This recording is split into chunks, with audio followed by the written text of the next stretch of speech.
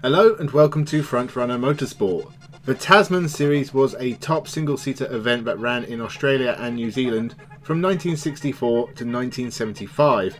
It has quite clearly long been dead, apart from a very brief revival in 1999 and 2000 when the name was used as part of the Formula Holden series.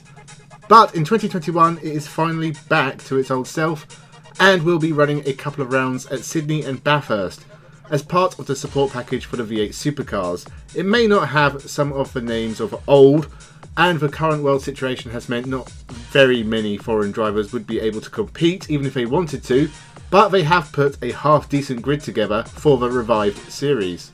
2021 S5000 series runner-up Tim McCraw is back for more with his own team, as is his rival and S5000 champion Joey Mawson with Team BRM. Not the same BRM of old. British Racing Motors died before the original Tasman series did.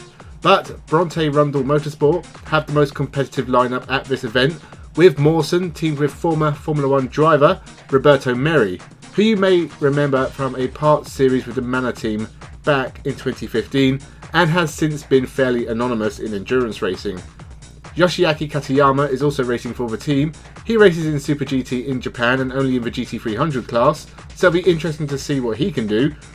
88 Racing are running cars for the very inexperienced Blake Purdy and Super 2 Series driver Jordan Boys.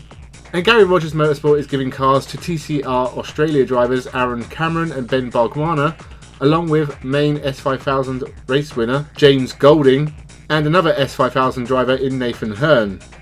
Volante Rosso are also apparently entering a car, but no driver named yet.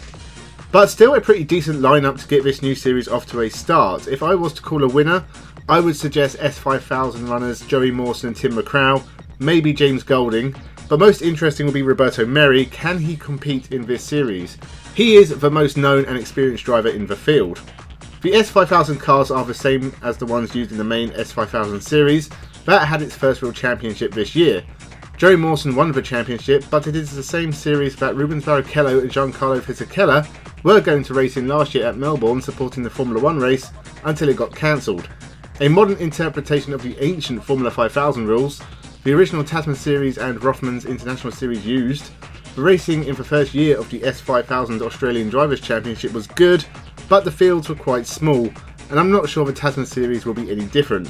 I don't know if this will be a thing in the future either, because the 2022 S5000 series was supposed to start now, but has been postponed. I quite like the idea of two championships in the same year, but the Tasman series, if it does come back, needs some tracks in New Zealand. It is still a prestigious championship to put on your CV. The Tasman series began all the way back in 1964. A series going between Australia and New Zealand had already existed previously, but the 1964 Tasman series brought along some great Australian and New Zealand Formula 1 drivers, with a few international top drivers mixing it with ambitious locals. It can boast such great champions as Bruce McLaren, Jim Clark, Jackie Stewart and Chris Amon, as well as some top local talent. It even drew in Formula 1 teams like Cooper, Lotus, BRM and Ferrari. The series was considered important enough to send equipment and drivers halfway around the world for. There was no Australian Grand Prix on the Formula 1 calendar at the time, despite an Australian Grand Prix existing since 1928. But at least now it had a place on the Tasman series calendar. The series was popular because it started and finished before Formula 1 even got going for the year, so top talent had time to take a holiday down under and do some extra racing. The series reached a peak in 1969 when Lotus and Ferrari sent specially altered Formula 1 cars to compete in the series. Jim Clark and Jochen Rindt raced for Lotus, whilst Ferrari had Chris Amon and Derek Bell, with Pierre's Courage in a Frank Williams entered car also performing well. Unfortunately, it was all downhill from here, with rising costs being the biggest issue. The series switched away from Formula 1 and 2 equipment to Formula 5000, and fewer of Formula 1's top stars turned up.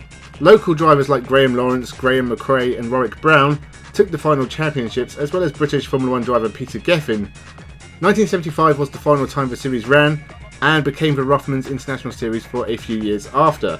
Another little fact about this famous series: Ken Smith failed to qualify for the first ever Tasman Cup race all the way back in 1964, and earlier in 2021 he was still competing in the New Zealand Grand Prix weekend. That's only a gap of about 57 years. That Ken Smith has been plugging away at New Zealand based motorsport Man has earned his MBE.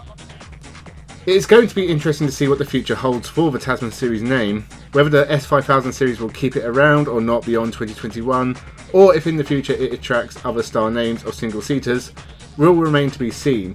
As for the races this weekend, I'll be watching with interest, and if you are excited for the event, let me know in the comments below. Who do you think will win? Remember to subscribe to the channel, leave a like and tell a friend. Thank you for watching, and have a good one.